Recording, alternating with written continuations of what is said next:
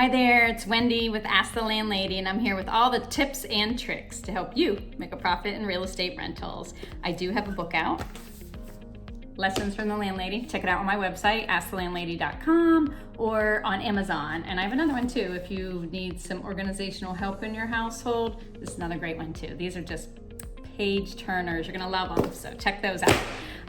But let's get to the heart of the matter, which is some information about how to be the best landlord and landlady that you can be. And today's question is, when I purchase a rental property, what information do I need to get from the current owner in order to make the transition go more smoothly?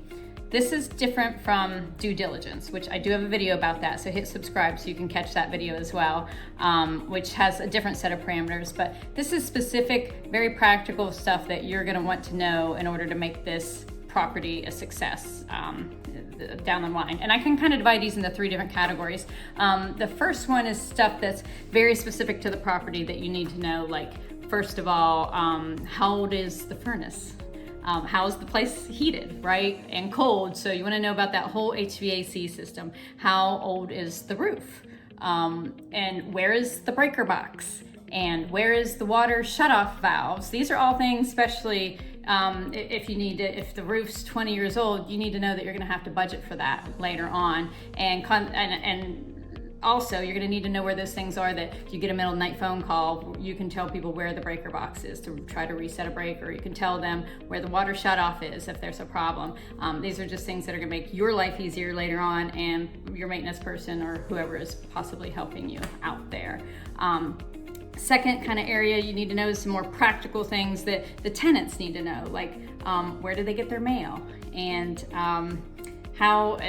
what day is the trash picked up? Are there any community laws or ordinances that you need to be aware of? Like you can't have specific things on the porch, or you can't, especially if there's some HOA type laws that you might need to know so that that tenant can comply with them, and that's just gonna make your job easier down the line. And where are the property lines? You want to make sure that they're not trying to put something on the neighbor's yard. So those are some kind of practical things that just make the life easier for your tenant, which consequently makes life easier for you. And the third category would be things specific to your relationship with a tenant that might already be there. So if it's not vacant and you're assuming a tenant, first of all, you need to know how long their lease is, because you have to honor that lease when you purchase that property. You can't just say bye and expect them to move out the door because you want to move in, or you want to move your cousin in, or you have a great tenant already wanting to come in. Whatever that lot lease says, you have to comply with that. So if you're stuck on a 2-year lease, you need to know that up front, that you're going to be stuck with that and stuck with that rent.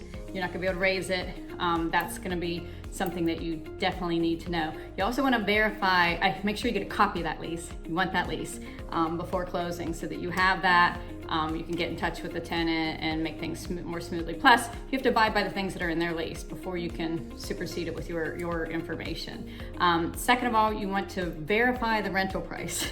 Don't make the mistake I did. Once somebody said the tenant, they said, oh yeah, they pay $700 a month. Well, then come to find out when we get with the tenant, they're only paying $600 a month because they were taking care of the grass. Well, we had a different system. We had other people to take care of the grass. So we were kind of stuck with that arrangement till we could make a new lease. So you want to know that up front if there's a discrepancy, especially if you're budgeting and you're counting on getting that $700, and then surprise, surprise, no, there's this agreement with the tenant that you didn't know about because you didn't ask. So make sure you ask, are there anything special? Does that tenant get any breaks? Do they do any jobs for you?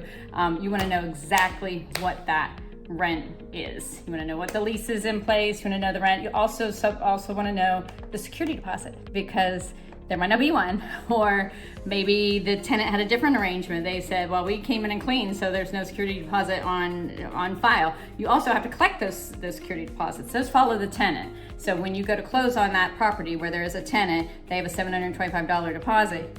That owner has to give that to you. That's the deposit that's held, just like you do with any other rental, for any damages or problems at the end, to have that. So there you have it. Those are the 3 areas of things that you need to get from the current owner. Don't wait till the end when they're out the door with their check and you might not be able to get a hold of them. Don't count on just getting all the information from the tenant. You want to know from that owner as much as you can, just to make your job a little easier in the long run. So I hope that's helpful.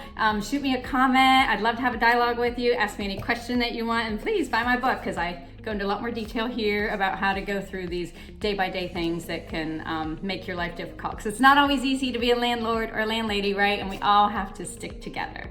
Thanks. Have a great day.